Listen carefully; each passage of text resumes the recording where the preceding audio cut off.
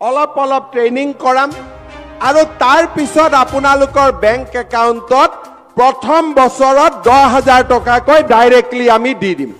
আত্মসহায়ক গোটৰ মহিলাসকলৰ বাবে মুখ্যমন্ত্ৰীয়ে ডাঙৰ মন্তব্য কৰিছে। মই সবিশেষ জনাই দিম, যদি গোটৰ মহিলাই ভিডিঅ'টো চাই আছে তেন্তে অলপ স্কিপ নকৰিব, কিয়নো 10,000 টকা পাব বিচাৰিলে আপোনাৰ কৰিব লাগিব বিশেষ কাম। যদি নকৰে তেন্তে লাভ নকৰিব 10,000 টকা। মুখ্যমন্ত্ৰীৰ স্পষ্টীকৰণ যে আপুনি যদি 10,000 টকা পাব বিচাৰিছে তেন্তে অতি শীঘ্ৰে বেংক একাউণ্টৰ সৈতে আধাৰ কাৰ্ড লিংক কৰি ৰাখক, অৰ্থাৎ ডিবিটি লিংক কৰিব লাগিব। যদি ডিবিটি লিংক নকৰে তেন্তে লাভ নকৰে 10,000 টকা। আৰু অলপ অলপকৈ কিন্তু ট্ৰেইনিং কৰাব। মুখ্যমন্ত্ৰীয়ে কৈছে যে অলপ অলপকৈ ট্ৰেইনিং কৰাব, অৰ্থাৎ গোটৰ মহিলাসকলক একত্ৰিত কৰিব।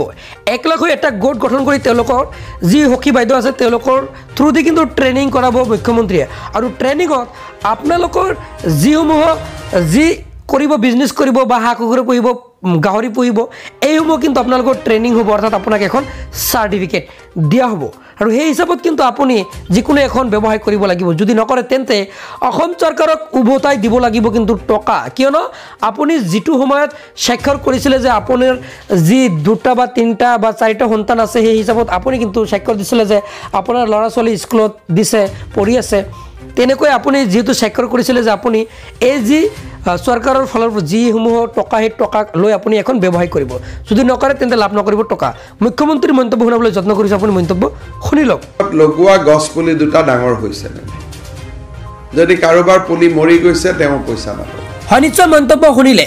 আৰু ইয়াৰ উপৰিও যে আত্মসহায়ক গোটৰ মহিলাই যি 10,000 টকা লাভ কৰিব তেওঁলোকক ট্ৰেইনিং দিয়া হ'ব।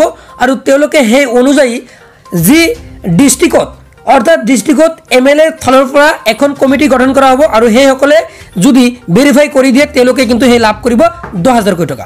আশা কৰিম ভিডিঅ'টো আপোনালোকৰ বাবে বহুতো হেল্পফুল হৈছে। যদি ভাবিছে ভিডিঅ'টো হেল্পফুল, তেনে ক্ষেত্ৰত যিমান পাৰে ভিডিঅ'টো বেছি বেছিকৈ শ্বেয়াৰ কৰি দিব। আৰু পৰৱৰ্তী ভিডিঅ' পাবলৈ হ'লে চেনেলটো ছাবস্ক্ৰাইব কৰি মোৰ লগত থাকিব।